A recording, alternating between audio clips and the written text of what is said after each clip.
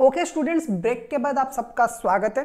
Okay, break से पहले हम लोग सर किसके बारे में पढ़ रहे थे? ब्रेक से पहले हम लोग टाइम कीपिंग क्या है उसके बारे में डिस्कस कर रहे थे। टाइम कीपिंग के ऑब्जेक्टिव्स क्या है वो सब हम लोगों ने पढ़ा। उसके बाद मेथड्स ऑफ टाइम कीपिंग के डिफरेंस मेथड्स क्या क्या होते वो भी हम लोगों ने डिस्कस किया। बिल्कुल सर, बिल्कुल। उसके बाद हम लोगों ने ये डिस्कस किया what are the requisites of a good time keeping system.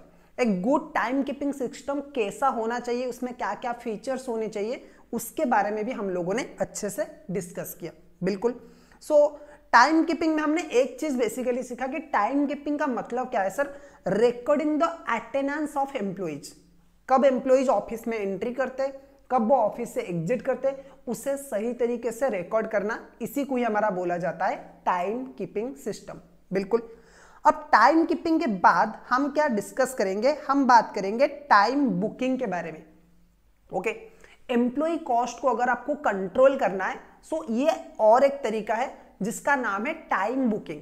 Sir, time keeping का मतलब था recording of attendance of employees. तो टाइम बुकिंग का मतलब क्या है? देखो स्टूडेंट्स, कोई एक पर्सन कोई एक एम्प्लॉय अगर टाइम में ऑफिस हमेशा 10 बजे आता है, ठीक है, ऑफिस हमेशा 10 बजे आ रहा है और 5 बजे जा रहे हैं, यानी कि हमेशा टाइम पे आता है, अटेंडेंस टाइम पे डालता है ऑफिस में और टाइम में ऑफिस में एंट्री करता है, पंक्चुअलिटी बहुत है।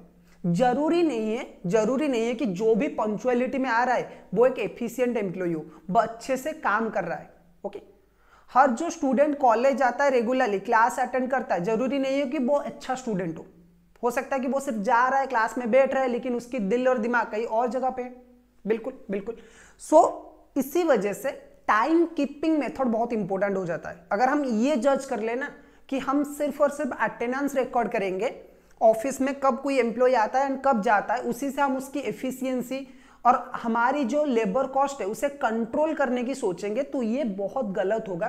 क्योंकि हो सकता है कि कोई एम्प्लॉय ऑफिस में एंट्री करेगा लेकिन वो कोई काम नहीं कर रहा है, उसकी प्रोडक्टिविटी उतना नहीं है जितना एक नॉर्मल एम्प्लॉय से होना चाहिए।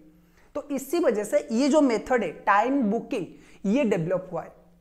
टाइम बुकिंग क्या है? टाइम बुकिंग बेसिकली फोकस करता है कि एक एम्प्लॉय अगर ऑफिस में एंट्री करता है तो उसके बाद वो जो भी जॉब में या फिर जो भी प्रोजेक्ट में वो पार्टिसिपेट कर रहा है, वो कितना टाइम वहां पे स्पेंड कर रहा है।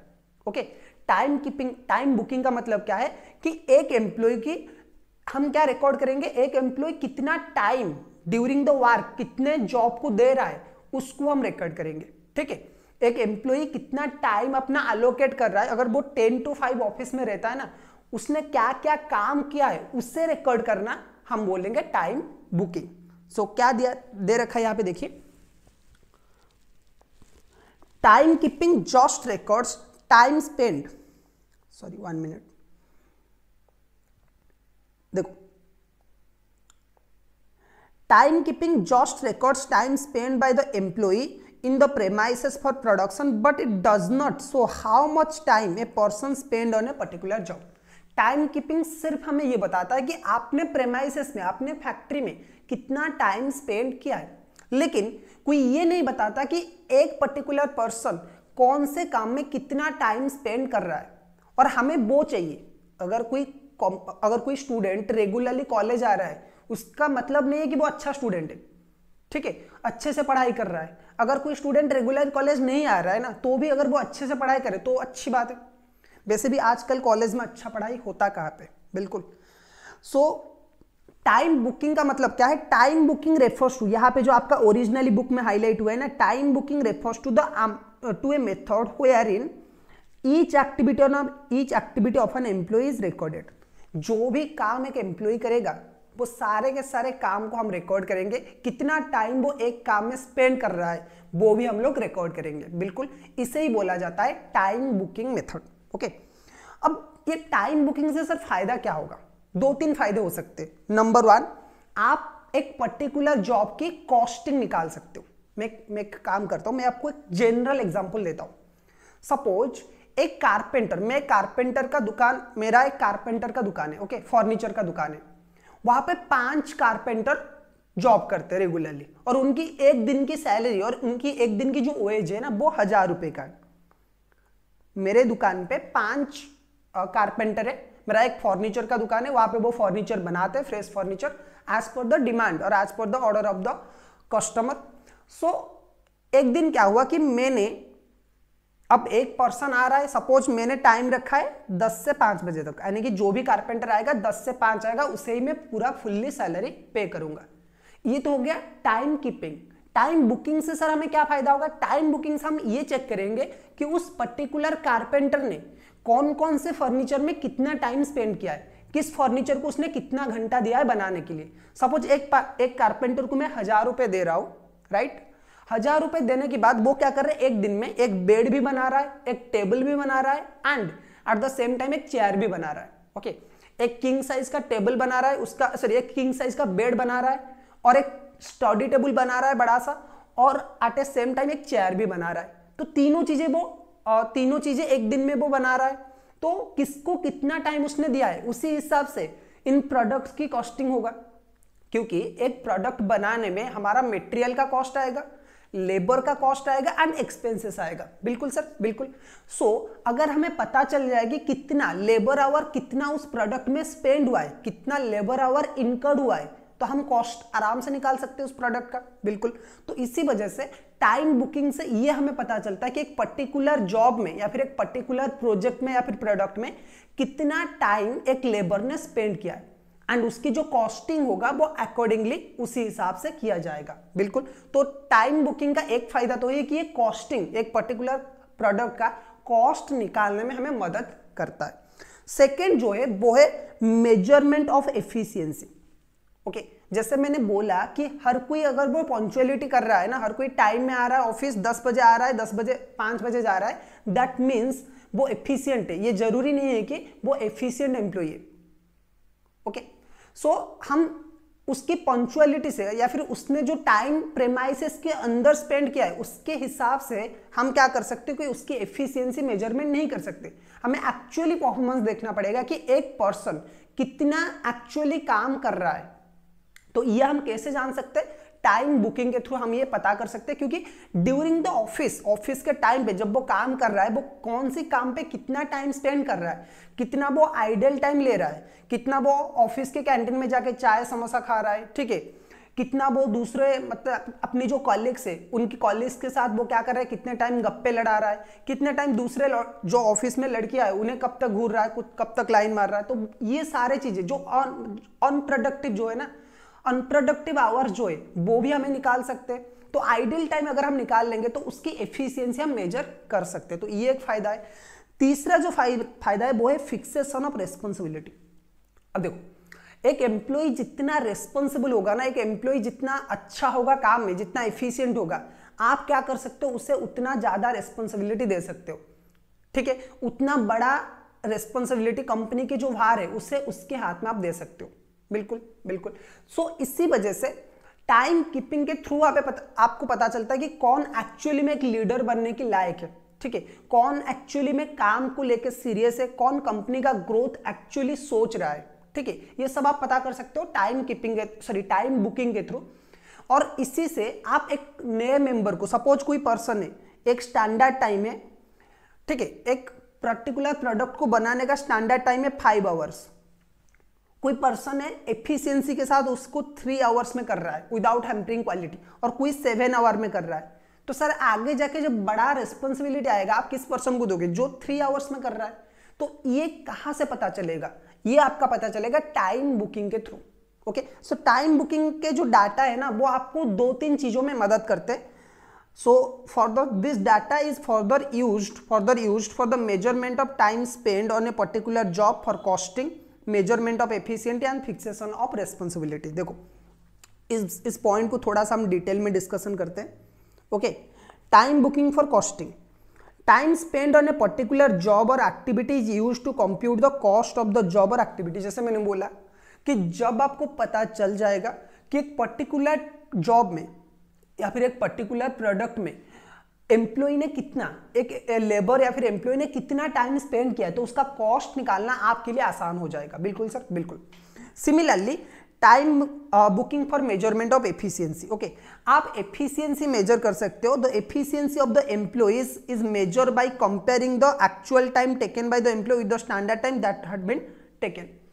हम स्टैंडर्ड टाइम के साथ एक्चुअल टाइम को कंपेयर कर लेंगे। हमारा स्टैंडर्ड टाइम है 5 आवर्स, जिसने 7 आवर लिया है वो इनएफिशिएंट है, वो ज्यादा आइडल टाइम इनकर कर रहा है, तो उस टाइप के एम्प्लॉय को हमें प्रमोट नहीं करना है, पनिश करना है। और जो 3 आवर में कर रहा है वो बहुत ही ज्यादा एफिशिएंट एम्प्लॉय है, तो उससे हमें प्रमोट करना चाहिए, ये भी पता चल जाएगा।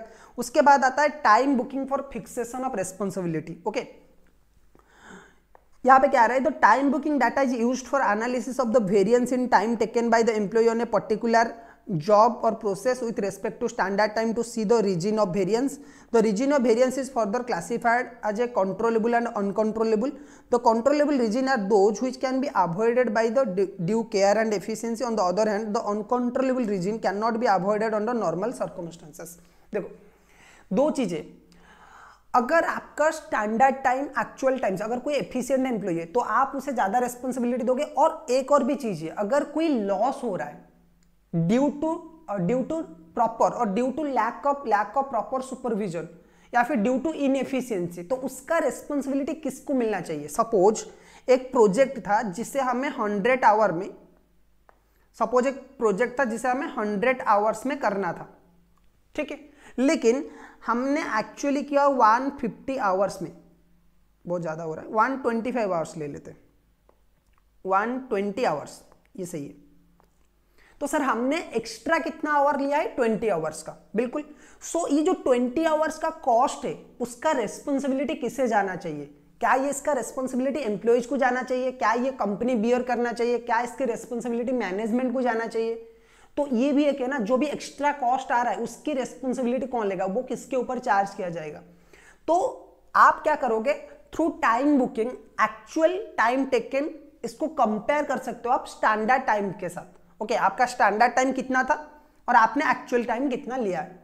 अब इससे आप क्या कर सकते हो, जो वेरिएंस आ रहे हैं, जो 20 आवर्स का आपका वेरिएंस आ रहा है, इस 20 आवर के वेरिएंस को आप कंपेयर कर सकते हो कि क्या ये कंट्रोलेबल था, क्या ये अनकंट्रोलेबल था।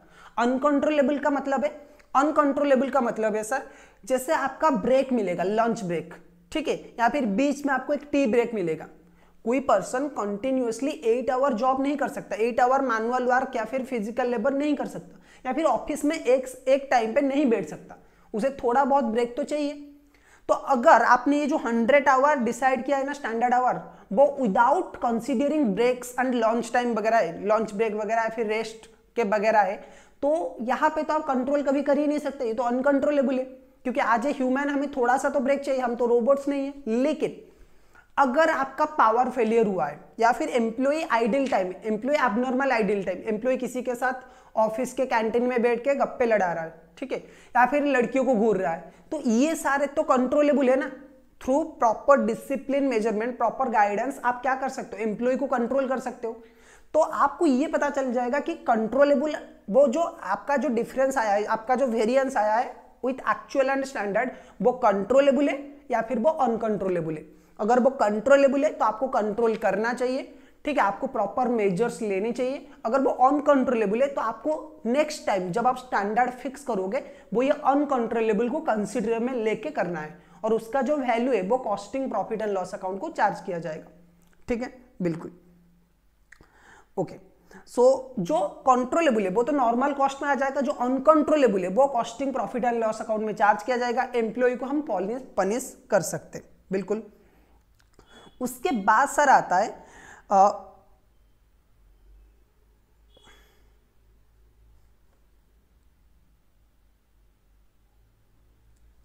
इसके बाद आता है time methods of time booking. देखो methods of time booking sir क्या क्या है।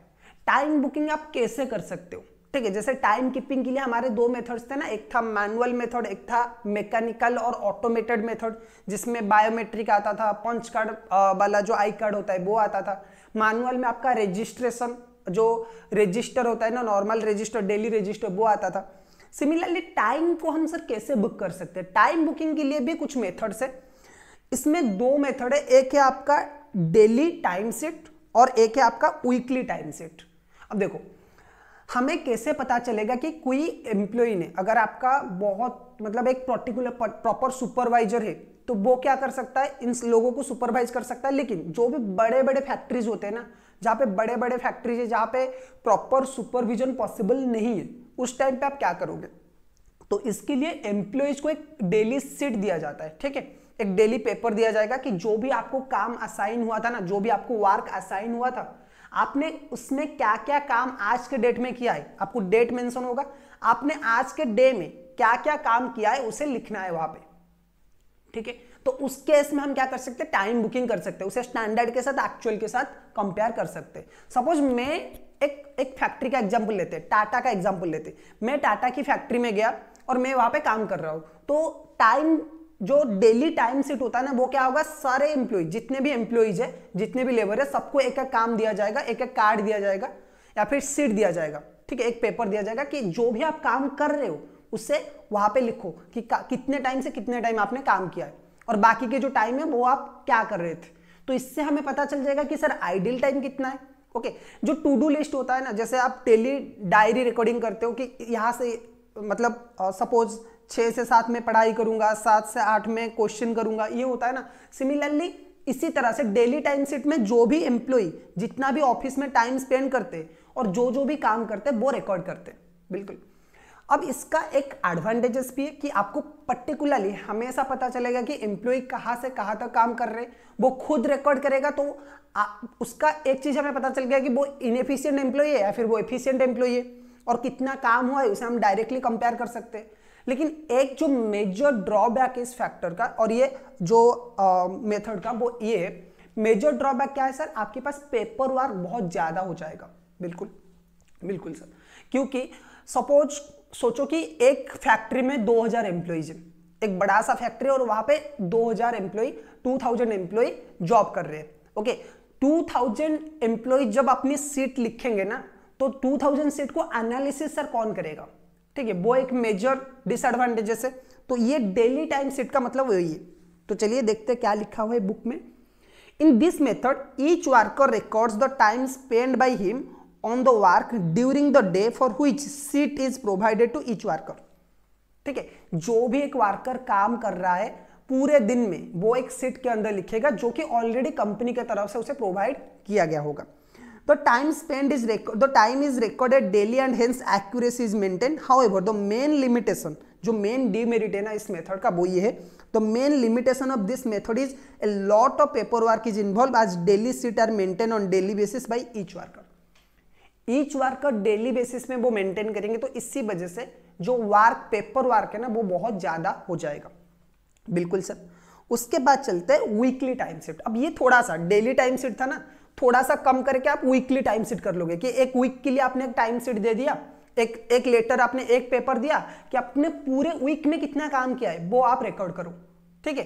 तो इस वजह से क्या होगा कि ये सिमिलर मेथड है, लेकिन डेली से क्योंकि आप वीकली कर रहे हो तो पेपर वर्क थोड़ा सा कम हो जाएगा। ओके, और यहाँ पे थोड़ा सा चांस है इनएक्यूरेसी का, रादर देन अगर हम कंपेयर करेंगे, comparing to daily time sheet, यहाँ पे इनएक्यूरेसी का चांसेस थोड़ा सा ज्यादा, क्योंकि नॉर्मली कितने टाइम से कितने टाइम किया था एक पर्सन में भी वो क्या कर सकता है, जो भी काम किया है पर्टिकुलर वीक में वो पूरा एंड में अगर रिकॉर्ड करेगा ना तो वो भूल सकता है कि हाँ मैंने संडे को ये काम, सॉरी मंडे को ये काम किया था और वेडनेसडे में ये काम किया था और सैटरडे में ये काम कर रहा हूँ, ठीक है। सो पूरा का पूरा काम एक्यूरेटली रिमेंबर, एक्यूरेटली अपनी मेमोरी में रखना थोड़ा सा मुश्किल हो सकता है फॉर लेबर्स। ओके, सो क्या डिफरेंस है? The only difference between the daily time sheet and weekly time sheet is that this time sheets are maintain on weekly basis. This means that each worker prepares these sheets weekly rather than daily. This helps in reducing the paperwork to the great extent. The only care to be taken is that since information is filled up on a daily basis, there may be inaccuracies and hence filling of information should be done daily basis only. ठीक है, यहाँ पे weekly basis होना चाहिए sir, यहाँ पे गलत लिखा है ये. ओके, यहाँ पे पॉइंट ये है कि आपको एक कार्ड तो दिया जा रहा है डेली, मतलब वीकली, पूरा वीक के लिए, लेकिन यहाँ पे आपको एक चीज ध्यान रखना है कि जो वर्कर्स काम कर रहे हैं ना वो उस शीट में है तो वो वीकली सीट, क्योंकि वीकली के आफ्टर द वीकेंड वो क्या किया जाएगा, एनालिसिस किया जाएगा।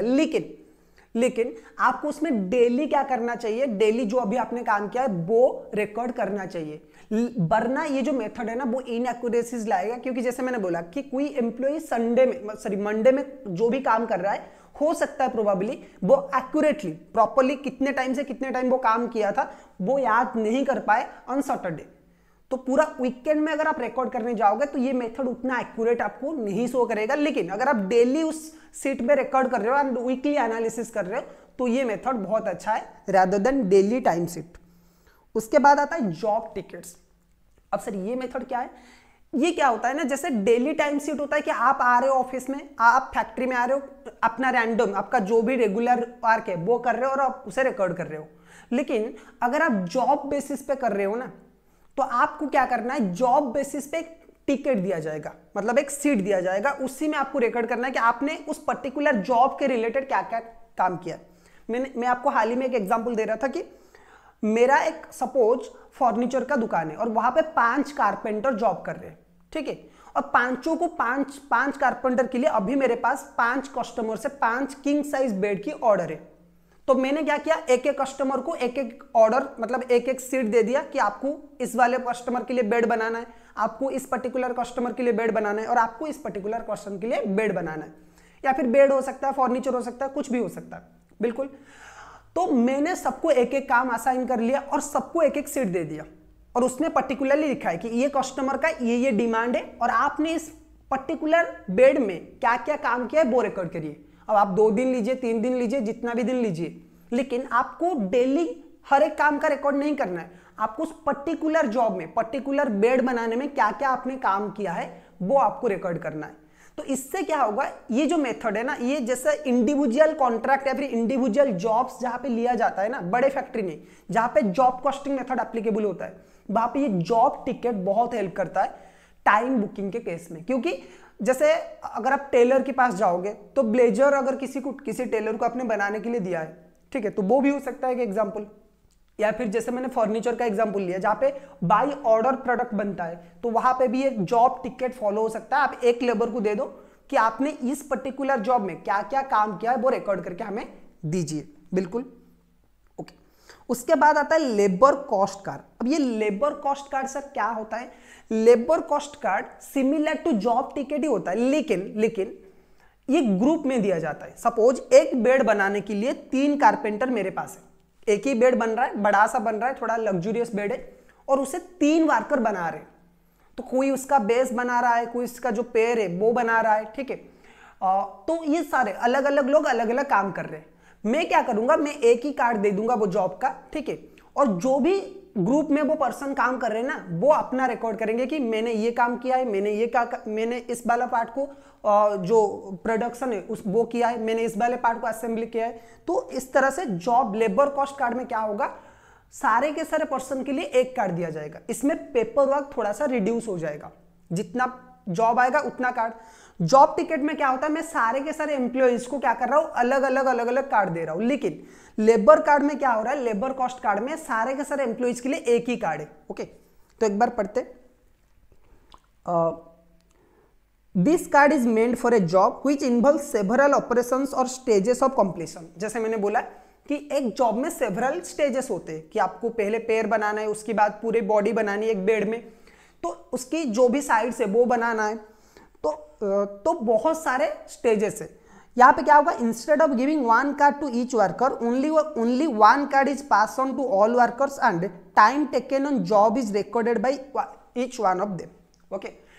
सारे के सारे एम्प्लॉइज को अलग अलग कार्ड देने के अलावा मैं क्या करूंगा, मैं एक ही कार्ड दे दूंगा पूरे एक बेड के लिए एक कार्ड, ठीक है। अब जिन लोगों ने भी उस बेड में काम किया है, जो जितना काम किया है वो रिकॉर्ड करेगा, बिल्कुल सर।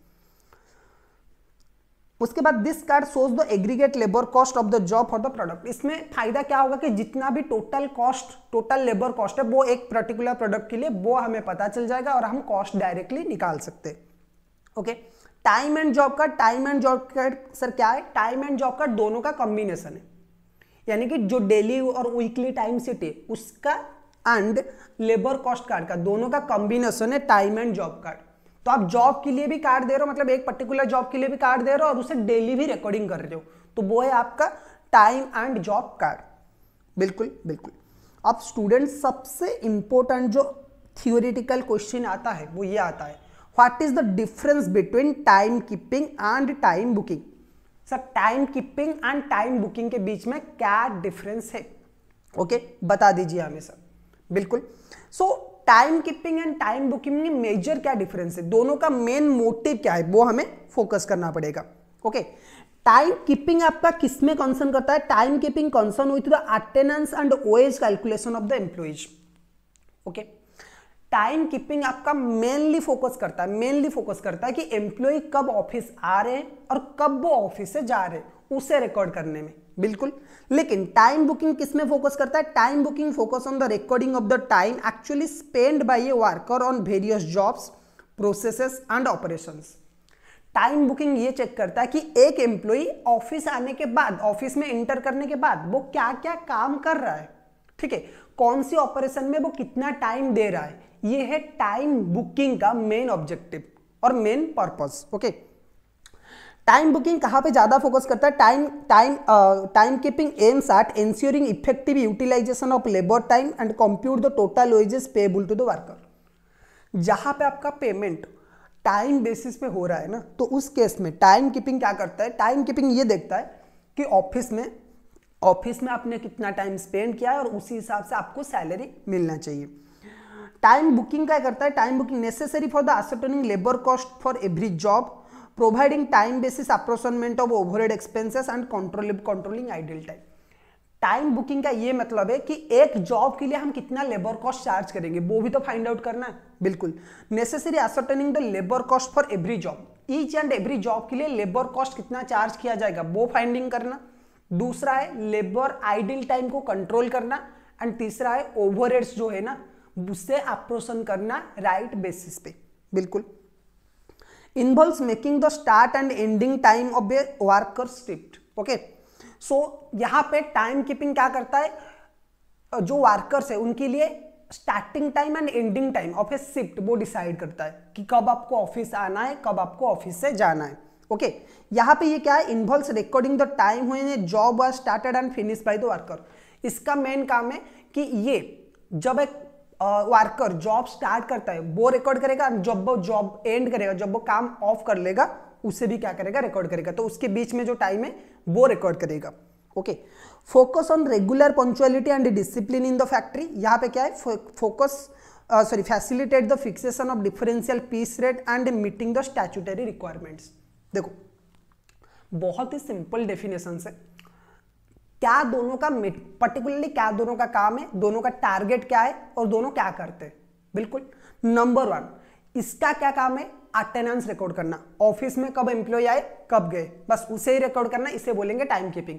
इसका क्या काम है, एक ऑफिस में एक एम्प्लॉय ऑफिस में एंट्री करने के बाद वो कौन कौन से काम पे कितना टाइम स्पेंड करता है वो रिकॉर्ड करना, ठीक है, वो है आपका टाइम बुकिंग का मेन काम। ठीक है, दोनों का मेन ऑब्जेक्टिव क्या है, टाइम कीपिंग का ऑब्जेक्टिव है कि आपको निकालना है कि एम्प्लॉय ने कितना टाइम ऑफिस में स्पेंड किया है एंड उसी हिसाब से उसे सैलरी मिलना चाहिए। लेकिन टाइम बुकिंग का क्या ऑब्जेक्टिव है, टाइम बुकिंग का सैलरी देना ऑब्जेक्टिव नहीं है। टाइम बुकिंग का ऑब्जेक्टिव है कि अगर एम्प्लॉय जो जॉब अंडरटेक कर रहा है, जो भी काम वो एम्प्लॉय कर रहा है, उस पर्टिकुलर जॉब के लिए कितना कॉस्ट हम चार्ज करेंगे। जितना भी एम्प्लॉय प्रोजेक्ट में हैंडल कर रहा है, ओके, जितने भी प्रोजेक्ट में वो पार्टिसिपेट कर रहा है, ईच एंड एवरी प्रोजेक्ट के लिए हम एम्प्लॉय का कॉस्ट कितना डालेंगे। उसके बाद और एक ऑब्जेक्टिव है कि ओवरहेड्स को एलोकेट करना है, एंड सबसे इंपॉर्टेंट ऑब्जेक्टिव है जो एम्प्लॉयज की आइडल टाइम है उसे कंट्रोल करना। Done sir, done. इसमें जो मेन काम है आइडल टाइम का, आपका जो टाइम कीपिंग है, टाइम कीपिंग का काम कब स्टार्ट होता है, जब एक एम्प्लॉय ऑफिस में एंट्री करता है, और एंड कब होता है, जब ऑफिस से वो एग्जिट ले लेता है। एंट्री का टाइम रिकॉर्ड करना, ऑफिस का एग्जिट का टाइम रिकॉर्ड करना, एक एम्प्लॉय का जो शिफ्ट है ना उसकी टाइम को रिकॉर्ड करना, ये है टाइम कीपिंग का मेन काम। टाइम बुकिंग का अगर हम काम के बारे में बात करें, टाइम बुकिंग क्या करता है, टाइम बुकिंग जब एक एम्प्लॉय जॉब स्टार्ट करता है वहां से रिकॉर्ड करता है, जब वो जॉब एंड कर रहा है कितना टाइम वो ले रहा है। ओके, और इसमें टाइम बुकिंग बेसिकली फोकस करता है कि भाई वर्कर जो है वो पंक्चुअलिटी है कि नहीं, वर्कर जो है वो डिसिप्लिन में ऑफिस आ रहा है कि नहीं। लेकिन टाइम बुकिंग क्या करता है, टाइम बुकिंग पीस रेट वगैरह निकालने में मदद करता है, जो स्टैट्यूटरी कंप्लायंसेस है उसे फोकस करने में मदद करता है। ओके, तो ये है basically time keeping and time booking के बीच में डिफरेंस। सर क्या सिर्फ यही दो मेथड है जिसमें हम एम्प्लॉय कॉस्ट को कंट्रोल कर सकते हैं या फिर एम्प्लॉय कॉस्ट को रिड्यूस कर सकते हैं? नहीं, इसके अलावा बहुत सारे एफिशिएंसी इंप्रूवमेंट तरीके। ओके, क्या बोला मैंने, बेसिकली बहुत सारे एफिशिएंसी इंप्रूवमेंट मेथड्स है जिसे फॉलो करके भी हम क्या कर सकते हैं, लेबर कॉस्ट को कम कर सकते हैं। इसमें मेजर आते हैं 2-3 स्टडीज। ओके, एक है आपका वर्क स्टडी, एक है आपका टाइम स्टडी और एक है आपका मोशन स्टडी।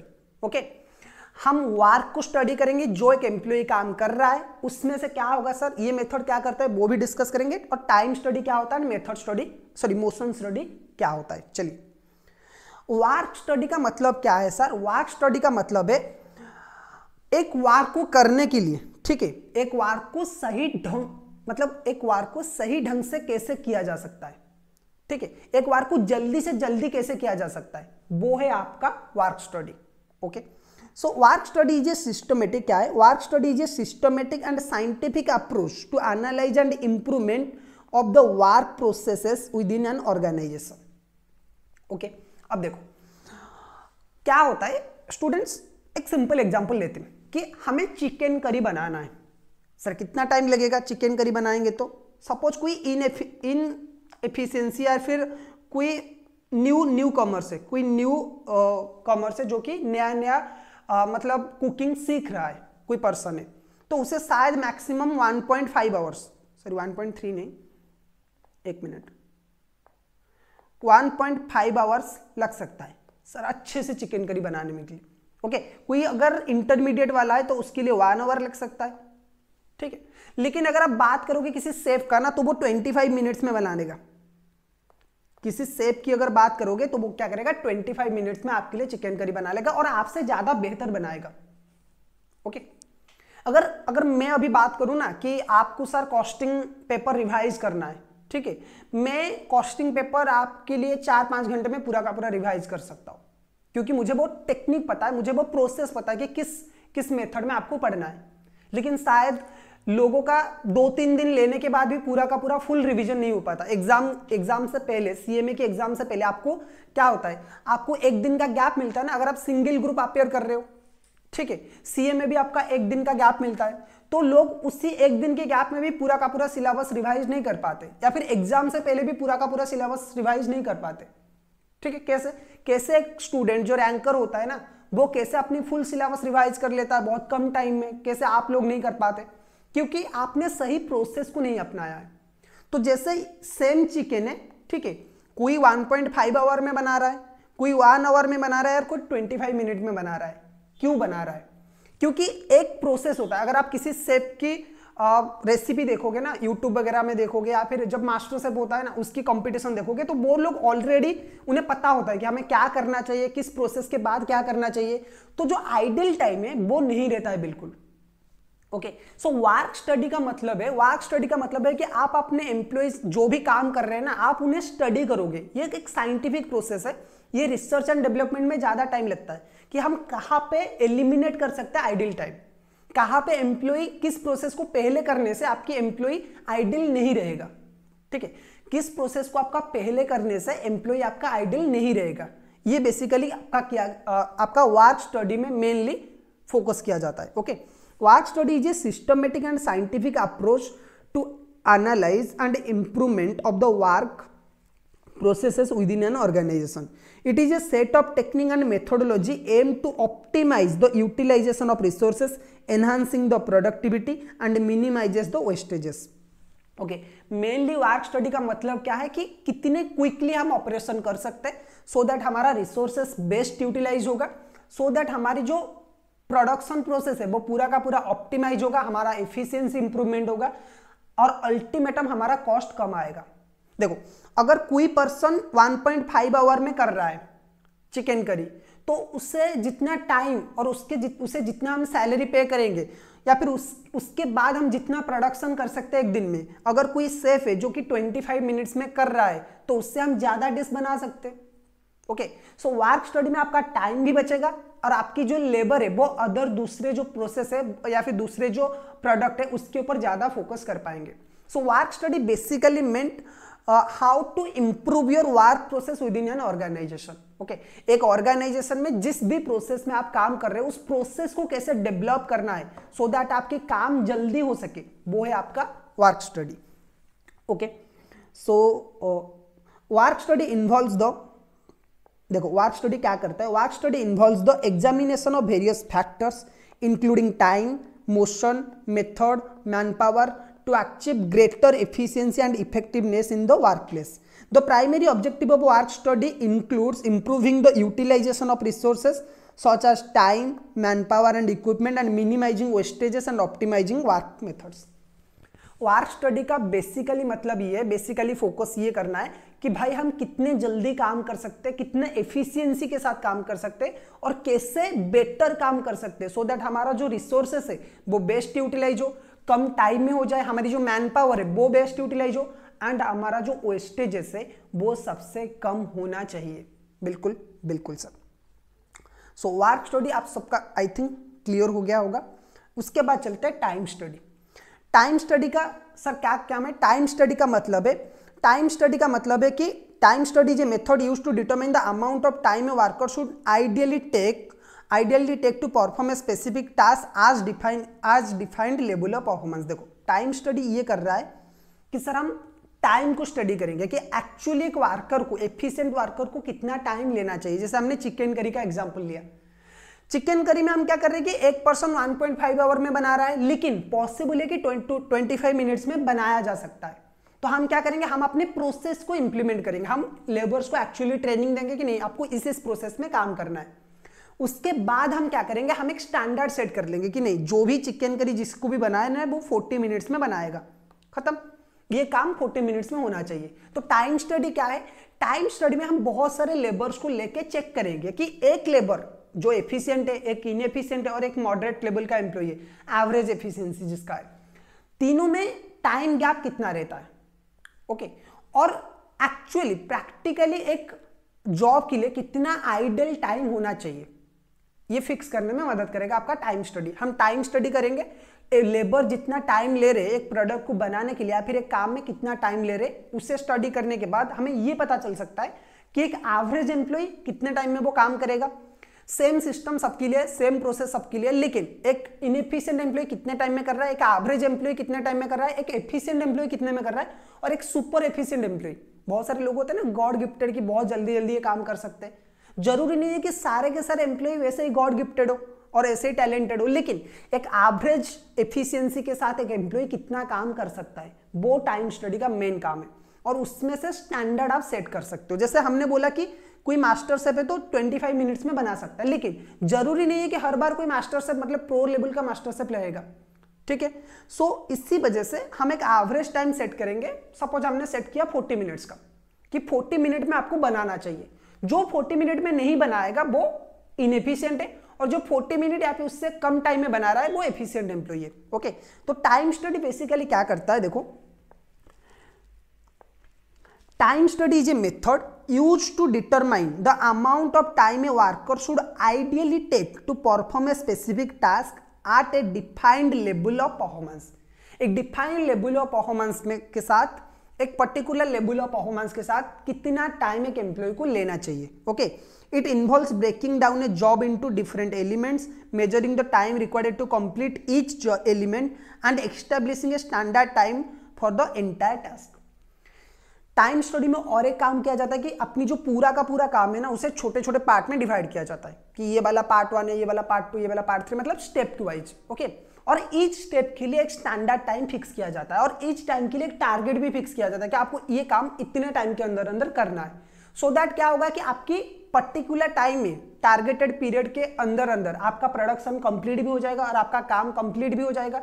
आपकी एम्प्लॉइज के ऊपर हमेशा ये टारगेट रहेगा, हमेशा ये एक प्रेशर रहेगा कि मुझे विद इन द टाइम काम करना है ओके। एंड इसी के साथ साथ आप क्या कर सकते हो, एफिशिएंसी को भी इंक्रीमेंट कर सकते हो। The goal of the time study is to set realistic and achievable production standard which can be used for planning, scheduling and performance of the evaluation.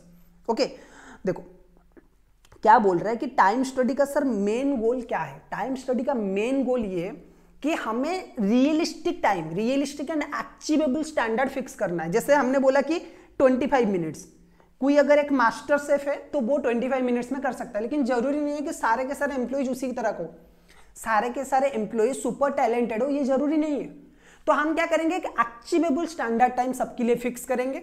Okay, उसी के साथ साथ इस स्टैंडर्ड टाइम के साथ साथ हम क्या कर सकते हैं, उसकी planning, scheduling and performance evaluation के लिए भी यूज कर सकते हैं। सपोज हमने 40 मिनट्स किया, तो जो भी नए कस्टमर्स हमारे पास आएंगे, हम क्या कर सकते हैं, हमारे पास प्रॉपर एक टाइम है, हम उसी टाइम के अंदर अंदर क्या करेंगे, डिसाइड करेंगे, हम उसी टाइम के अंदर अंदर डिसाइड करेंगे हमें कितना ऑर्डर लेना है, हमें कस्टमर को कितने टाइम के अंदर अंदर कमिटमेंट करना है। एंड हम क्या कर सकते हैं, प्लानिंग भी कर सकते हैं फ्यूचर में कितना प्रोडक्ट बनाना है। एंड जो भी एम्प्लॉइज है उनकी इवैल्यूएशन भी हम कर सकते हैं कि हाँ ये जो एम्प्लॉय है वो एफिशिएंट है या फिर ये एम्प्लॉय इनएफिशिएंट है, क्या है। बिल्कुल बिल्कुल सर। थोड़ा सा स्टूडेंट्स एक बार आपको समझना पड़ेगा कि कॉस्टिंग में थ्योरी तो है, कुछ कुछ थ्योरीज है जो आपको पढ़ना है। ओके, एग्जाम में शायद ये क्वेश्चन आ सकते हैं, लेकिन इसे प्रैक्टिकल वे में जब आप बिजनेस कर रहे हो उसी हिसाब से सोचो और उसके बाद ये पढ़ो कि टाइम कीपिंग मतलब वॉच स्टडी क्या होता है, इसका प्रैक्टिकल यूसेज क्या हो सकता है। मैं प्रैक्टिकल एग्जांपल इसी वजह से दे रहा हूँ कि ये रेस्टोरेंट है या फिर फर्नीचर शॉप है, ताकि आप प्रैक्टिकली इमेजिन कर पाओ। ओके, अगर मैं आपको एक बहुत बड़ा एग्जाम्पल दूंगा ना कि बहुत बड़े गूगल के सीईओ क्या करते, तो शायद आप उसे उतना इमेजिन नहीं कर पाओ। लेकिन अगर मैं छोटे छोटे आपको एग्जाम्पल दूंगा कि एक्चुअली एक रेस्टोरेंट में क्या होता है या फिर आपका एक फर्नीचर के शॉप में क्या होता है, तो शायद प्रैक्टिकली हर कोई इसके साथ रिलेट करता है। बिल्कुल, तो आपको इसी तरह से प्रैक्टिकल एग्जांपल्स लेके ही पढ़ाई करना है थ्योरेटिकली, सो दैट आपका थ्योरी आपको याद रखने की जरूरत ना पड़े। अब वाक स्टडी क्या होता है, जब आप एग्जाम में लिखोगे तो एग्जैक्टली आपको इतना ही लिखना है, लेकिन एक बार अगर आप समझ जाओ ना कि वाक स्टडी क्या है, ठीक है, और ये क्यों किया जाता है, तो आपको ये सारे चीजों को रटने में ना, ठीक है, सच तो है कि जो थ्योरीज है, अगर कोई बोलता है कि आपको रटना नहीं है थ्योरी, नहीं, आपको थोड़े बहुत तो मतलब थ्योरीज को रट्टाफिकेशन जो होता है ना, थोड़ा बहुत पढ़ना चाहिए आपको, थोड़ा बहुत रट्टा आपको चाहिए। लेकिन उसके साथ साथ अगर आपको कोई पूछेगा जाके इंटरव्यू में या फिर प्रैक्टिकली पूछेगा कि वर्क स्टडी क्या होता है, टाइम स्टडी क्या होता है, या फिर अगर आप ये सारी चीजें प्रैक्टिकली आप कोई बिजनेस कर रहे हो या फिर आप कंपनी में किसी भी मैनेजरियल पोस्ट पे हो, तो आप ये सारी चीजें प्रैक्टिकली अप्लाई कर सकते हो। ठीक है, ओके।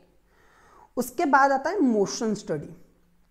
अब सर ये मोशन स्टडी क्या होता है? देखो, मोशन स्टडी मतलब यहाँ पे बहुत जो बड़े बड़े लोग होते हैं ना, बड़े बड़ी कंपनीज होते हैं ना, वो क्या करते हैं, छोटे छोटे चीजों पे भी ध्यान देते हैं। और अगर आप लोगों को एक बुक में बोलूँ ना कि बुक्स सीएमए स्टूडेंट्स को पढ़ना चाहिए, ठीक है, अदर देन आपकी सिलेबस वाला बुक ना, आप क्या कर सकते हो, नॉर्मली आप क्या कर सकते हो, जो मोटिवेशनल बुक है या फिर सेल्फ हेल्प बुक्स है ना, वो सब पढ़ सकते हो, और वो आपको बहुत हेल्प करते हैं। अगर आपको कहीं पे जाके बिजनेस करना है, अपनी खुद की जॉब करना है, या फिर अपने आप को इंप्रूवमेंट भी करना है ना, तो ये सारे जो बुक्स है उसमें बहुत सारे मेथड्स लिखे हुए हैं, बहुत सारे मोटिवेशनल लाइंस लिखे हुए हैं। अदर देन अगर आप सोशल मीडिया छोड़ दो ना, इंस्टाग्राम या फिर यूट्यूब की जो शॉर्ट्स है, इसके अलावा या फिर यूट्यूब में किसी मोटिवेशनल स्पीकर को सुनने के अलावा, संदीप माहेश्वरी हो या फिर और कोई हो, इन्हें सुनने के अलावा या फिर इन्हें सुनने की बजाय आप क्या कर सकते हो, कुछ बुक्स पढ़ सकते हो। इसमें आपके सिलेबस में ना कुछ बहुत इंपॉर्टेंट वर्ड्स भी आ जाएंगे, आपकी कम्युनिकेशन स्किल अच्छा हो जाएगा, इसी के साथ साथ आपको बहुत सारे नॉलेज भी मिलेगा। तो एक बुक में रेकमेंड करूंगा 1%, एक होता है ना आपका ऑटोमिक हैबिट बोल के एक बुक है, 1% नहीं, atomic habit, okay, atomic habit बोल के एक बुक है। उसमें उस बुक में मेजरली फोकस किया गया है कि 1% इंप्रूवमेंट के ऊपर। बिल्कुल 1% इंप्रूवमेंट क्या होता है कि हर एक चीज अपनी जिंदगी में आपकी जो भी अभी हालत है ना, चाहे आपको 1% इंक्रीमेंट करना है, 1% इंप्रूवमेंट करना है, और बाद में इसकी जो इंपैक्ट आएगा बहुत ज्यादा आएगा। ठीक है, तो मोशन स्टडी क्या करता है सर? मोशन स्टडी बहुत इंपॉर्टेंट है। मोशन स्टडी ये शो करता है कि एम्प्लॉइज काम के टाइम पे सही मोशंस, सही तरीके से, सही पोस्चर से काम कर रहे कि नहीं। ठीक है, अगर एम्प्लॉय सही पोस्चर से काम नहीं करेंगे तो उनकी एफिशिएंसी डाउन होगा। ओके, अगर एफिशिएंसी डाउन हुआ तो ये लॉन्ग टर्म में, लॉन्ग रन में कंपनी को बहुत बड़ा नुकसान करेगा। ठीक है, बहुत सारे लोग आजकल इन छोटे छोटे चीजों के ऊपर फोकस करते हैं, अपनी मेंटल स्ट्रेंथ के ऊपर। जैसे एम्प्लॉय को आप प्रॉपर, बहुत सारे ऑफिसेस में एसी होता है, क्यों होता है? क्योंकि नॉर्मली आप चाहो तो उसकी सस्ता जुगाड़ कर सकते हो, लेकिन एम्प्लॉय स्ट्रेस में ज्यादा ना जाए, एम्प्लॉय ज्यादा काम पे फोकस कर पाए, इसके ऊपर फोकस करते हैं। बिल्कुल। सो मोशन स्टडी क्या होता है कि एम्प्लॉयज कैसे मोशन कर रहे हैं, कैसे मूवमेंट कर रहे हैं during at the time of performing A particular job. Okay, sorry, at the time of performing A particular job. उस केस में आपको मोशन स्टडी का हेल्प लेना है। तो मोशन स्टडी क्या करता है, देखो एक बार। Motion study focuses on analysis and improvement of the movement required to perform a task. It aims to eliminate unnecessary motions and streamline the sequence of actions. अब लगेगा कि बहुत ही छोटा चीज है सर, जब आप काम कर रहे हो तो आपकी मर्जी सर, आपके हाथ पैर जैसे काम करना है करो, नहीं। एक एम्प्लॉय को पर्टिकुलर किन किन चीजों पे फोकस करना चाहिए सो दैट वो ज्यादा काम कर पाए, ज्यादा उसे फटीग ना आए ड्यूरिंग द वर्क, और वो ज्यादा एफिशिएंसी के साथ काम कर पाए। इसका भी ट्रेनिंग बहुत सारे फैक्ट्रीज देते और प्रैक्टिकल लाइफ में ये बहुत हेल्प करता है। ओके, आप कैसे बैठते हो, आपकी पोस्चर क्या है, उसी हिसाब से आपकी एफिशिएंसी मैटर करता है। और ये मोशन स्टडी का काम है कि ये एम्प्लॉयज के मोशन को स्टडी करते हैं और एम्प्लॉय को ट्रेनिंग देते हैं कि नहीं, आपको ऐसे काम नहीं करना, आपको ऐसे काम करना है। ठीक है, तो ये जो टेक्निक्स होते हैं ना, ये लॉन्ग रन में आपकी एम्प्लॉय की प्रोडक्टिविटी इंप्रूवमेंट करते हैं एंड लॉन्ग रन में आपकी एम्प्लॉय कॉस्ट कम होगा। इमीडिएट इंपैक्ट आपको नहीं आएगा, लेकिन अगर आप सही पोस्चर में काम करोगे, सही पोस्चर में अगर आप एक पर्टिकुलर टास्क को परफॉर्म कर रहे हो तो 2-3 फायदे। नंबर 1, आप जल्दी काम कर सकते हो। नंबर 2, आपको फटीग नहीं आएगा। नंबर 3, इंजरी के चांसेस, जो प्रैक्टिकल, जो अगर हम फील्ड वर्क की बात करेंगे ना, फील्ड वर्क मतलब जो जहाँ पे फैक्ट्री या फिर प्लांट में लेबर काम कर रहे हैं, मैनुअल वर्क, तो वहां पे आपको इंजरीज नहीं आएंगे। तो ये है मोशन स्टडी। सपोज आप स्टील प्लांट ले लो, स्टील प्लांट में जो आयरन होते हैं ना, वो हीटेड आयरन होते हैं, तो उन्हें सही तरीके से कैसे लेना है, उन्हें किस तरीके से हैंडल करना है, इन सब की ट्रेनिंग एम्प्लॉयज को दिया जाता है और ये मोशन स्टडी का काम है। By studying the motion involving in a job, motion study seeks to design more efficient work method, reduce fatigue and enhance the overall productivity. जैसे मैंने बोला, fatigue को reduce करता है, overall productivity increase करेगा एंड उसी के साथ साथ आपको क्या होगा, इंजरी के जो चांसेस है वो भी reduce हो जाएंगे। Okay, The principle of motion economy developed by Frank B. Gilbreth after often applied in the motion study to simplify the task and optimize the movement. Okay, ये जो सारे टेक्निक है, ये जो मोशन स्टडी की technique है ना, वो फ्रैंक बी गिलब्रेथ इन्होंने डिजाइन किया था और इसकी वजह से एक्चुअली में लॉन्ग रन में बिजनेस में एम्प्लॉय की जो परफॉर्मेंस है उसमें इंप्रूवमेंट आते हैं। ओके, उसके बाद कुछ और भी टेक्निक्स है और 2-3 टेक्निक है, उसके बारे में बात करेंगे। एक है आपका job evaluation. Okay sir, job evaluation क्या है? ओके, और जॉब इवैल्यूएशन क्यों करना चाहिए? स्टूडेंट्स, जो भी मैं आज पढ़ा रहा हूं ना आपको, ये शायद हो सकता है कि आपके एग्जाम में ना आए या फिर आ भी जाए, ठीक है, लेकिन अगर आप इससे अच्छे से पढ़ोगे ना प्रैक्टिकल लाइफ में, ये बहुत आपको हेल्प करेंगे। ओके, आपकी सिलेबस ऐसे डिजाइन हुआ है ना, बहुत सारे लोग पूछते हैं ना कि ये सिलेबस ऐसे क्यों डिजाइन हुआ है, इसका तो कुछ लॉजिक नहीं है, एग्जाम में तो क्वेश्चन नहीं आते। अरे भाई, एग्जाम में क्वेश्चन नहीं आता है, अगर प्रैक्टिकली लाइफ में आपको बहुत ज्यादा ग्रो करना है ना, बहुत ज्यादा ऊपर जाना है, इतना ऊपर भी नहीं, लेकिन अगर आपको अपने कैरियर में बहुत ज्यादा सक्सेस लाना है तो इन सारी चीजों के ऊपर आपको सक्सेसफुल होना पड़ेगा। जो लोग भी टॉप लेवल में सीईओ या फिर वाइस प्रेसिडेंट कंपनी के बनते हैं ना, एमडी, मैनेजिंग डायरेक्टर या फिर सक्सेसफुल बिजनेसमैन बनते हैं ना, वो इन चीजों के ऊपर ज्यादा फोकस करते हैं। आप पूछोगे अगर एफिशिएंसी में सबसे ज्यादा, अगर रिलायबिलिटी में सबसे ज्यादा कोई देश है तो वो कौन है? जापान में ही सारे के सारे टेक्निक्स डेवलप हुआ है, प्रोडक्टिविटी के ऊपर वो ज्यादा फोकस करते हैं। एक छोटा सा देश इतना ज्यादा एफिशिएंट कैसे हो सकता है? क्योंकि only focusing on efficiency, research, development, इसी के ऊपर। इंडिया आज तक इतने छोटे से देश को टारगेट भी नहीं कर पा रहा है, ओके, बीट नहीं कर पा रहा है। लेकिन जब हमारे पास इतने सारे टैलेंटेड लोग हैं, but due to inefficiency, proper research and development की वजह से ही without proper research and development आज हम इस हालत में, ओके। हमें बस रील्स देखना है, इंस्टाग्राम में पोस्ट वगैरह करना है, लाइक्स वगैरह करना है, ठीक है, गर्लफ्रेंड वगैरह बनाना है, ये हमारा मेन मोटिव है। आ जाओ, जॉब इवैल्यूएशन सर क्या होता है? जॉब इवैल्यूएशन का मतलब है, जॉब इवैल्यूएशन जब आप करते हो ना, तो एक पर्टिकुलर जॉब किसको मिलना चाहिए, एक जॉब का पर्टिकुलर काम क्या है, एक जॉब का पर्टिकुलर स्ट्रक्चर क्या है, वो हम करते हैं, okay. It is necessary for the management of an organization to establish proper wage and salary structure for various jobs, okay. For doing this scientific manner, it is necessary to determine the relative value of the job and hence a job evaluation is done.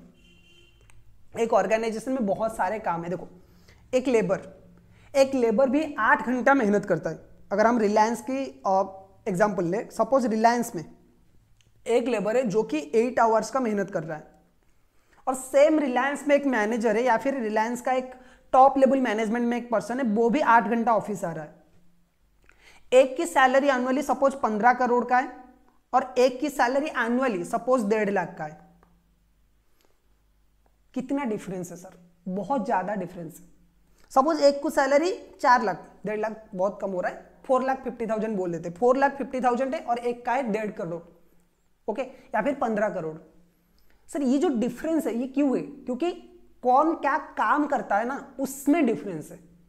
इसी को बोला जाता है job evaluation. जो भी top management है ना, top management का यही काम है कि किस जॉब का कितना वैल्यू है, उसी हिसाब से पगार। किसी को भी कभी कम सैलरी या फिर ज्यादा सैलरी नहीं मिलता है। आपका काम जितना है ना, आप जितना काम करते हो, आप जितना वैल्यू जनरेट करते हो ना कंपनी के लिए, कोई पर्सन होगा वो 1-2 एडवाइस देगा और उसका सैलरी 15 करोड़ का है, क्योंकि वो 1-2 एडवाइस जो वो दे रहा है ना, उसकी फ्यू वर्ड्स के एडवाइस कंपनी के लिए मिलियंस में वैल्यू है, ओके। और आप जो एक बार में मतलब जाके फिजिकल लेबर कर रहे हो, एक दिन में आप 8 घंटे कंपनी के लिए मेहनत कर रहे हो, लेकिन उतना वो लॉन्ग रन में कंपनी को हेल्प नहीं करेगा जितना वो 1-2 वर्ड्स वैल्यू करेंगे, बिल्कुल। सो इसी वजह से जॉब इवैल्यूएशन जरूरी है। जॉब इवैल्यूएशन कैसे किया जाता है सर? जॉब की रिक्वायरमेंट क्या है, जॉब की कंपनी में जॉब की इंपॉर्टेंस क्या है, उसी हिसाब से जॉब का इवैल्यूएशन किया जाता है, ओके। क्या लिखा है यहाँ पे? It is necessary for the management of any organization to establish proper wage and salary structure for various jobs. ये बोल रहे हैं कि सर सब एम्प्लॉय कब खुश रहेंगे? अगर आप जो भी वो काम कर रहे हैं आप उन्हें अप्रोप्रिएट सैलरी पे करो, अप्रोप्रिएट सैलरी या फिर अप्रोप्रिएट वेज आप पे करो। सही सैलरी देना जरूरी है, लेकिन सही सैलरी ये वर्ड क्या है? आप एम्प्लॉय को जितना भी सैलरी दोगे वो क्या बोलेगा? कम है। मैनेजमेंट को अगर बोलोगे कि इतना सैलरी चाहिए, मैनेजमेंट बोलेगा कि बहुत ज्यादा है, ठीक है। तो मैनेजमेंट बोल रहे कि मैनेजमेंट जितना सैलरी देगा बोलेगा कि हम बहुत ज्यादा दे रहे, एम्प्लॉय को जितना मिलेगा वो बोलेगा कम दे रहे, तो उसका वैल्यू हम कैसे करेंगे? इसीलिए हमें जॉब इवैल्यूएशन की जरूरत है, okay. For doing this in a scientific manner it is necessary for determining the relative value of jobs, hence a job evaluation is done. It is a technique. Job evaluation क्या है? Basically it is a technique of analysis and assessment of the job to determine their relative value within the firm. एक company में एक job का value क्या है वो निकालना है job evaluation, okay. Job evaluation is a systematic process used by organizations to assess and determine their value, relative value and worth of different job within the company. The purpose is to establish a fair and equitable structure for compensation and create an organized hierarchy of jobs based on their inherent characteristics. Job के inherent hierarchy हमें बनाना चाहिए कि किस level से किस level job flow करेगा, कहाँ से रिस्पॉन्सिबिलिटी, कहाँ से अथॉरिटी, कहाँ तक जाएगा, बिल्कुल। तो जॉब इवैल्यूएशन बहुत ज़्यादा इंपॉर्टेंट है। अगर आपको जॉब का सही वैल्यू, अगर आपको जॉब का सही रेम्यूनरेशन, अगर आपको एम्प्लॉय को सही रेम्यूनरेशन पे करना है, बिल्कुल बिल्कुल सर। तो सर ये मेरिट रेटिंग क्या होता है? जॉब इवैल्यूएशन तो सर पता चल गया हमें, मेरिट रेटिंग क्या होता है वो बता दीजिए। देखो मेरिट रेटिंग क्या होता है स्टूडेंट्स? जॉब इवैल्यूएशन हमने ये पता कर लिया कि जॉब का, कौन सी जॉब का क्या वैल्यू है, ठीक है, किस जॉब का कितना वैल्यू है वो हमने निकाल लिया अंडर जॉब इवैल्यूएशन। लेकिन किस एम्प्लॉय को क्या जॉब देना चाहिए, कौन सा एम्प्लॉय किस जॉब के लिए सुइटेबल है, वो हम कैसे निकालेंगे? एक एम्प्लॉय किस जॉब के लिए सुइटेबल है वो हम कैसे निकालेंगे? इसके लिए हमें करना पड़ेगा merit rating, okay. Merit rating मतलब एम्प्लॉय की क्या क्या एडवांटेजेस है, एम्प्लॉय में क्या क्या सही चीजें है और एम्प्लॉय में क्या क्या गलत चीजें, क्या क्या वीकनेसेस है, क्या क्या स्ट्रेंथ है। ठीक है, आप लोग अपने सीवी वगैरह में लिखते हो ना, what are my weaknesses, what are my strengths, तो उस हिसाब से आपका जॉब, आपका मेरिट रेटिंग किया जाएगा एंड उस हिसाब से आपको जॉब असाइन किया जाएगा। सो मेरिट रेटिंग क्या है, देखो, job evaluation is relating to the job in order to bring rationality in the wage and salary structure in the organization। Job evaluation क्यों किया जाता है, rationality in salary and wages होना चाहिए कि हाँ, जितना एक एम्प्लॉय काम कर रहा है उसे अप्रोप्रिएट वेज मिलना चाहिए, उसे अप्रोप्रिएट रिकॉग्निशन मिलना चाहिए। लेकिन मेरिट रेटिंग क्या है, merit rating on other hand, merit rating is the comparative evaluation and analysis of individuals merit of the employee. एक एम्प्लॉय में क्या क्या सही गुण है, क्या क्या खराब है, वो निकालना है merit rating. Okay, the merit rating aims at evaluation and ranking the individual employee in order to plan and implement rational promotional policies in the organization। merit rating has following objective। merit rating क्यों किया जाता है, एक तो हम employ को सही job दे सकते हैं, उसका प्रमोशन वगैरह फ्यूचर में कर सकते हैं, उसे सही तरीके से अपॉइंट कर सकते हैं और उससे ज्यादा आउटपुट ले सकते हैं। ओके, क्या क्या ऑब्जेक्टिव है मेरिट रेटिंग का, number 1, to evaluate the merit of an employee for the purpose of promotion, increment, reward and other benefits। Employee का मेरिट जाना हमें जरूरी है, क्यों, तभी उसका प्रमोशन हम कर सकते हैं, इंक्रीमेंट कर सकते हैं, रिवार्ड वगैरह दे सकते हैं, अदर बेनिफिट उसे प्रोवाइड कर सकते हैं। दूसरा जो बेनिफिट है, to establish and develop a wage system and incentive scheme. Employee की जिस जिस एरिया में जो फायदे है, एम्प्लॉय की जो एडवांटेजेस है या फिर जो सही क्वालिटीज है एक एम्प्लॉय में, उससे हम उसकी सैलरी वगैरह भी इंक्रीमेंट कर सकते हैं। To determine the suitability of an employee for a particular job, एक एम्प्लॉय पर्टिकुलर जॉब के लिए सुइटेबल है या फिर सुइटेबल नहीं है, वो उसकी एडवांटेजेस एंड डिसएडवांटेजेस से हमें पता चल सकता है, तो ये भी एक फायदा है। उसके बाद है टू एनालाइज द मेरिट और limitation of a worker and help him to develop his capabilities. To analyze the merit and limitation of a worker and help him to develop his capabilities and competence for a job. अगर हमें एक बार पता चल गया कि employ की advantages क्या है, मेरिट्स क्या क्या है, डीमेरिट्स क्या क्या है, तो उसके जो लिमिटेशंस है, डीमेरिट्स है, उसमें हम काम कर सकते हैं, उसके जो डिसएडवांटेजेस है उसके ऊपर काम कर सकते हैं और उसे पर्टिकुलर जॉब के लिए सुइटेबल बना सकते हैं। Okay, to examine the characteristics like cooperation, quality of the work done, attendance, regularity, education, skill, experience, character, integrity and initiative. So employee की बहुत सारी चीजें कि उसकी इंटीग्रिटी कैसे है, उसकी एजुकेशनल क्वालिफिकेशन कैसे है, उसकी स्किल कैसे है, उसकी टीम वर्क कैसे है, वो कोऑर्डिनेट अलग एम्प्लॉय के दूसरे एम्प्लॉय के साथ करता है या फिर नहीं है, अटेंडेंस कैसे है, उसकी बिहेवियर कैसा है, वो अदर एम्प्लॉयज को लेके कैसा है, अदर एम्प्लॉयज के साथ उसकी रिलेशनशिप कैसे है, अदर एम्प्लॉयज की इंप्रूवमेंट से वो क्या फील करता है, ये सब हमें मेरिट रेटिंग से पता चल सकता है। ओके, लेकिन सर इंडिया में ये सब चीजें, किसी एक पर्सन को अगर आप ज्यादा तारीफ करोगे तो इसका नुकसान, इसका इंपैक्ट दूसरे एम्प्लॉयज के ऊपर भी तो सर आएगा ना। बिल्कुल, मेरिट रेटिंग के सिमिलरली बहुत सारे लिमिटेशंस है, ये एम्प्लॉयज के बीच में इनसिक्योरिटी फील करेगा, इनसिक्योरिटी या फिर नॉर्मली एम्प्लॉयज क्या हो गए, एक दूसरे को लेके इनसिक्योर हो सकते हैं। दूसरा है कि पिछले मतलब पास्ट में कोई अच्छा काम कर रहा है लेकिन अभी उसकी कुछ दिक्कत है, वो काम नहीं कर पा रहा है, उस वजह से क्या हो सकता है, उसके पास्ट वर्क को आप रिकॉग्नाइज नहीं दोगे, तो ये भी एक डिमेरिट है। सो मेरिट रेटिंग का लिमिटेशन, मतलब एडवांटेजेस तो बहुत सारे हैं लेकिन उसके साथ साथ लिमिटेशन भी है। तो it can understood that the merit rating is extremely useful for the organization for evaluating the employees. However, the main limitations are the rating can be subjective, which will give rise to dispute, and there is a possibility that past performance of an employee may be given too much importance. Merit rating किस basis पे हम करेंगे, past में उसने क्या काम किया है, पास्ट में उसने क्या क्या फोड़ा है अपने वर्क लाइफ में, उसको देख के हम क्या करेंगे, उसकी मेरिट रेटिंग करेंगे। बिल्कुल, लेकिन हो सकता है कि सर पास्ट में वो अच्छा काम कर रहा था लेकिन अभी नहीं कर रहा है, तो ये एक लिमिटेशन हो सकता है। एंड ये इनसिक्योरिटी फील कराएगा एम्प्लॉयज को एक दूसरे के साथ कि हाँ ये अच्छा काम कर रहा है, ये इसका एडवांटेजेस है, ये अच्छे स्कूल से पढ़ के आया, ये इसके पास अच्छी डिग्री है। ओके, ये सारी चीजें एम्प्लॉयज की मोरल को डाउन भी करवा सकते हैं, तो ये मेरिट रेटिंग के मेन डीमेरिट्स हैं। ओके, तो स्टूडेंट्स ये जो क्लास था, पहला क्लास, ये थियोरिटिकल क्लास था मैं बोलूंगा, ठीक है।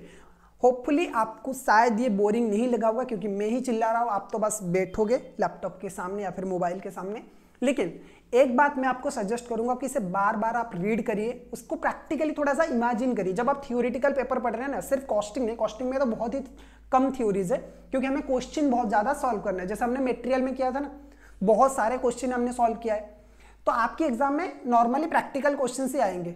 ओके, लेकिन एक चीज आपको ध्यान रखना है, एक चीज आपको यह ध्यान रखना है कि आप जब थ्योरी पढ़ रहे हो ना, आपको किस स्टाइल में पढ़ रहा है। ओके, और उस स्टाइल से आपकी पूरा मेंटालिटी चेंज हो जाएगा। जब आप लॉ पढ़ोगे तो उससे भी आप प्रैक्टिकल इमेजिन कर सकते हो। जब आप डायरेक्ट टैक्स के कुछ थ्योरी वगैरह पढ़ोगे या फिर अकाउंट्स के पढ़ोगे तो वो भी आप चेंज कर सकते हो। तो थ्योरी के जो पढ़ने का जो नजरिया है ना, वो आपको बदलना चाहिए। ओके, सो इतने ही ज्ञान के साथ आज आपसे हम विदाई लेंगे। आज की क्लास हम इतने में ही रखेंगे। नेक्स्ट क्लास में हम बाकी के जो पेरोल प्रोसीजर है उसके बारे में पढ़ेंगे। ओके।